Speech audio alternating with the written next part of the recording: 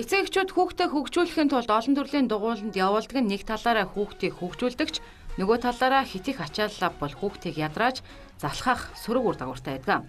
За харин бидний ирсэн цэнхэр мод зураг гар урлын дугуйлан гэр бүлэрээ ирж зориултын материалаар ханын чимэглэл, үүлэн гэрэл, зүүдний манаач, бүзэг балны сав, цүнх зэрэг гэрт хэрэглэгдэх хэрэгтэй зүйлсээ өөрсдөө хийж авч явдгаараа бусад сургалтын төвөөс ялгаатай гэлээ.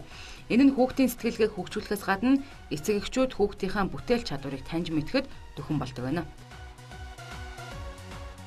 За жишээ нь одоо бүтээл хийхээ онцлогуд маань болохоор жишээ нь одоо аав хүү хоёр ирлээ гэхэд хоорондын харилцаа хүүхдээ юу хийж чаддгийг гэдгийг бас ойлгох, ойлгож мэдэх тэр талаар айгүй давуу талтай байдаг. Яагаад тэгэхээр цог бүтээлээ хийж байгаа болохоор одоо жишээ нь хүүхд маань юу сонирхож байна гэдгийг аав ээжүүд нь мэдэж авдаг. Бас өөртөө ч гэсэн хийж авч сураад тэрийг бас хүүхдийнхээ өрөөнд өлгөх ч юм уу. Одоо жишээ нь хийсэн юмнууд маань бүгд дараа нь ашиглагдана.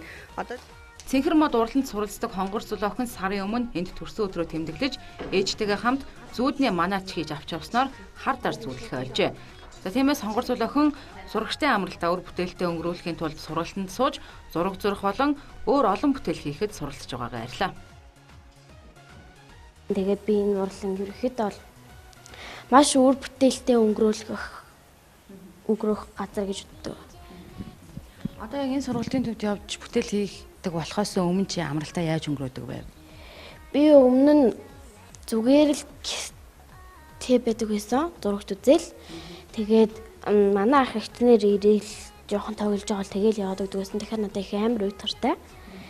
Тэгээд энэ дэрснээс хойш ер нь их гоё болж байгаа. Би ингээ ах дүү нартайгаа чулуутай харилцаад тэгээд нэгнийхээ юу хийж чаддаг чадварыг нь үлээд их гоё байдаг. 5-аас дээш насны хүүхэд багчуудын амралтын өдрийг хөгжилтэй бүтээлчээр өнгөрөх боломжийг олгодог.